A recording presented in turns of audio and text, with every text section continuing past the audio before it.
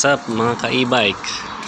So sa ngayon, ipapakita ko sa inyo yung specs ng ating e-bike. Pero bago yun, ipapakita ko sa inyo yung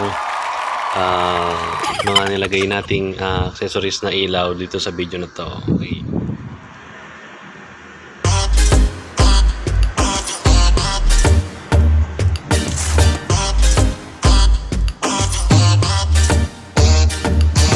So napakita ko na sa inyo dun sa video yung mga nilagay nating ilaw sa ating Inski, guys.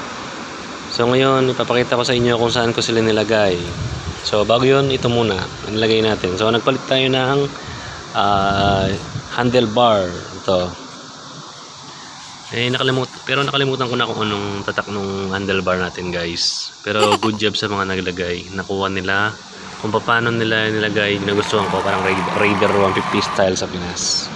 Ayun, guys, ang ganda ng pagkakalagay. Nakagitna lang siya, hindi siya nakauna, hindi siya nakausog, hindi siya nakataas. Sakto lang para sa ating speedometer. And then sunod, guys, ito, nilagay din pala ako nito galing dun sa old, yung luma kong e-bike. Nandito siya, ipapakita ko sa inyo mamaya yung picture niya. So yun siya. And then ano pa, dito sa harap wala tayong binago. So naglagay lang tayo ng ito, muna tayo dito sa may shifter. So ang bentahan nito, guys, sa online, alam ko nasa 900 at saka 1,000 or 1,000 something. Pero ito, nakuha ko siya online is 500. Binarat ko siya. Siyempre barat tayo, guys. So sunod, dito tayo siyempre sa swing arm. Sa swing arm, guys, pasensya na sa hangin, medyo mahangin. Swing arm, yan, tatak niya is designed by YHC. Yan. So ako lang yan naglagay dyan, guys. DIY ba kumbaga. Tsaka yung mga tornilyo galing lang mismo dito sa factory namin. Then ito yung monoshock extension din. Kasi maiiksi, didikit yung gulong natin dito sa may parang underneath nya. Yan, nabili ko yan, guys, sa halagang 2,500. Kasama na to. Kasama na tong monoshock extension. Then ito DIY lang din, do it yourself, ika nga. Ito dito sa factory namin mayroong mga flat bar. So ginawa ko lang siya ng pa-L, pa-L style siya, dalawa. So binutasan ko siya, may pumbutas din kami rito, tapos saka ko na siya sinuksok. Yan, guys, ganda natin pagkakadesenyo, parang naka-underneath style na siya. Then sunod, yung mga ilaw natin, yung pinakita ko sa inyo kanina, ito yung pagkakapwesto nila. So bali apat yun. Ito yung isa, nandyan. Tapos yung isa dun sa kabila. Then yung nakikita nyo puti, guys, yun yung wire na puti. Kung napapansin nyo, medyo blurred yung camera natin. Oh, come on. Ayusin ko muna. Yun, medyo blurred. So yung puti na wire na yun, kung napapansin nyo, yun is yung mga nilalagay sa bed natin na underneath, sinusuksok, nilalagay siya ng power supply sa tawag dito, sa may power bank o di kaya sa mga saksakan natin ng charger.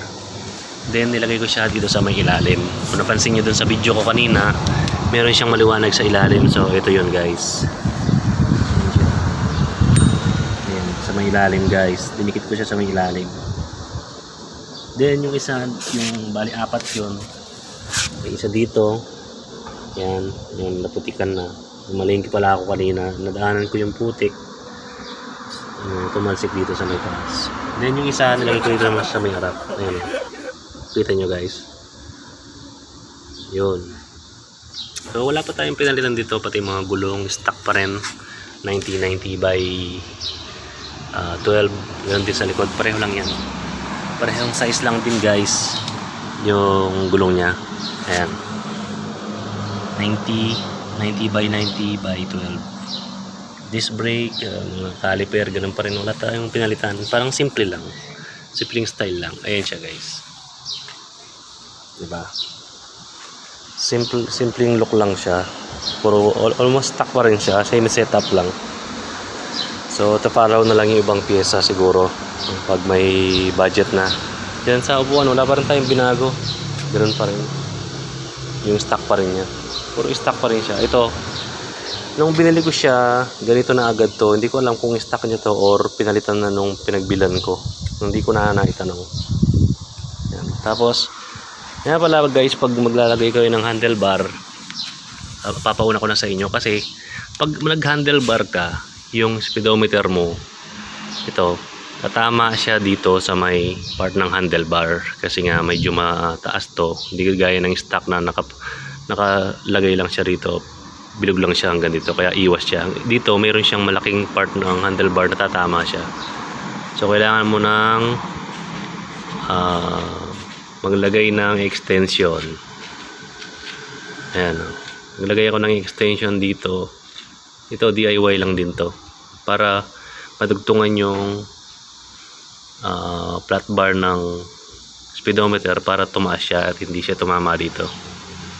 So yun, kung may mga gamit lang kayo guys, marami kayong magagawa sa e-bike natin na pwede na gawin nyo na lang mag-isa at hindi na kayo magbabayad pa ng labor. Yan, ang pinalagay ko lang dito guys, handlebar lang kasi medyo mabusisi yung paglagay. Pero yan, shifter, panglikod, yung swing arm, lahat yan ako nang gumawa niyan. Ako nang naglagay niyan. Kasi medyo nakakaintindi naman tayo sa pagkatikot sa mga motor. Tsaka din pala yung mga ilaw. Ang ilaw naman natin, yun yung bali 4 na piraso, tapos meron siyang sumusunod siya sa sounds. Pag may tunog, susunod siya yung mga ilaw niya. Kaya meron siyang sensor guys to. Tsaka may remote din yan. So ayun. Kali yun lang guys. Siguro autopilot na lang yung ibang setup natin. Sa ngayon yan na lang muna. Ang target ko ngayon is yung mudguard muna. Mudguard.